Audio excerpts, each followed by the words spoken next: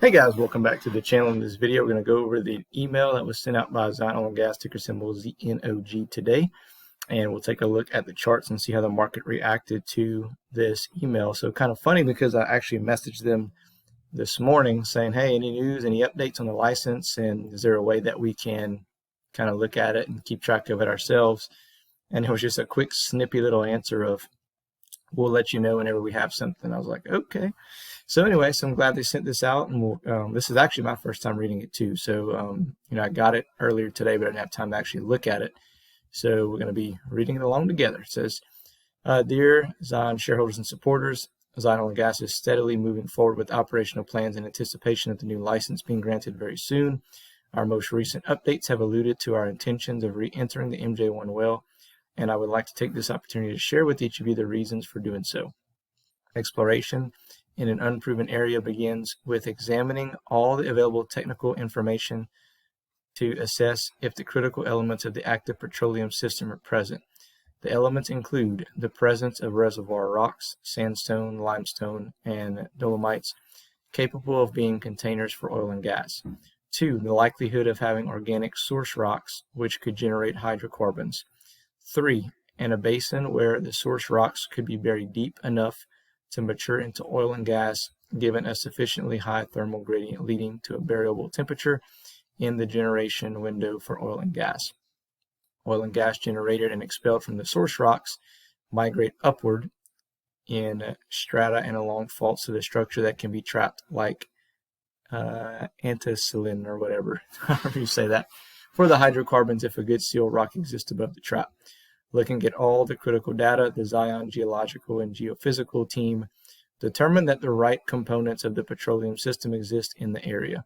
At this point, Zion applied for the MJ license. Zion acquired new 2D seismic data on the granted license and reprocessed existing 2D seismic.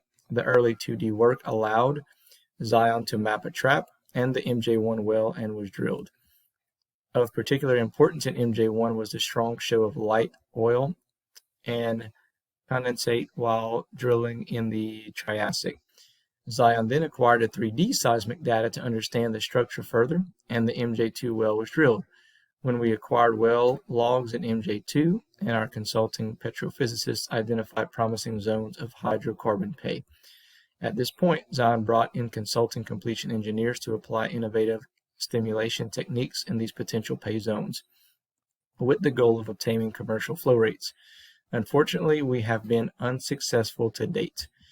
Detailed analysis of the data from the MJ1 and MJ2 by Zion's G&G team has led to the conclusion that MJ1 is a logical candidate for re-entry to attempt to get the zone with the strong show to flow using the stimulation techniques employed in the MJ2. These techniques should enable us to overcome the near wellbore challenges.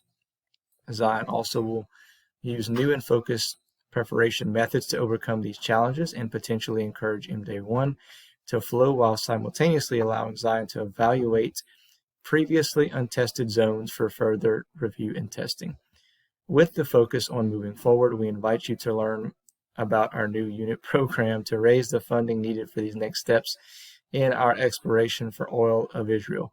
You may learn more about it at the bottom of this email or on our website at zionoil.com/unit-2023.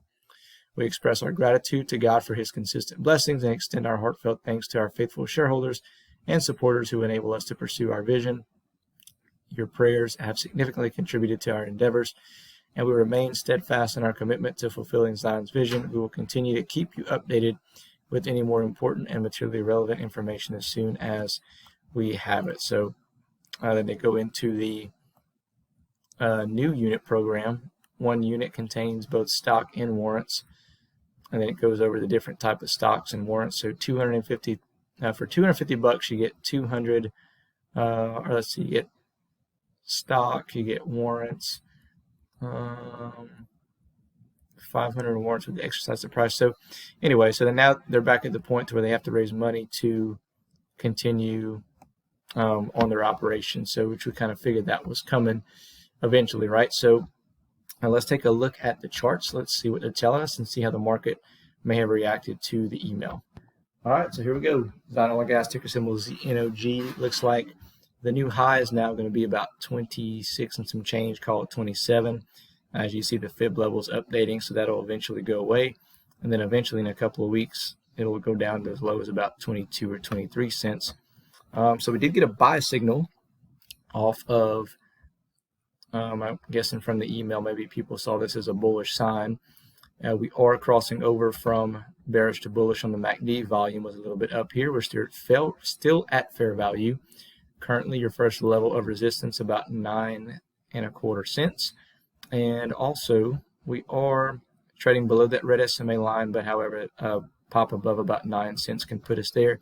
The big thing here for me is the golden cross is getting closer and closer to happening, which can signal a spike in price and move to the upside, regardless of, I don't know how much that'll be, but you can see maybe 12 to 15 cents. Even that would be a pretty substantial move from where it's at now, percentage-wise. But once the blue line basically crosses over this pink and we start getting increased volume and we get that breakout pattern and that signal, I'll let you know. That way you can kind of keep an eye on that for those of you who are A, in this and trying to get out, or B, trying to get a swing trade off of it. I can let you know whenever that comes. So anyway, guys, that's all I got for you in this video. Let me know your comments below. Other than that, we'll catch you in the next one.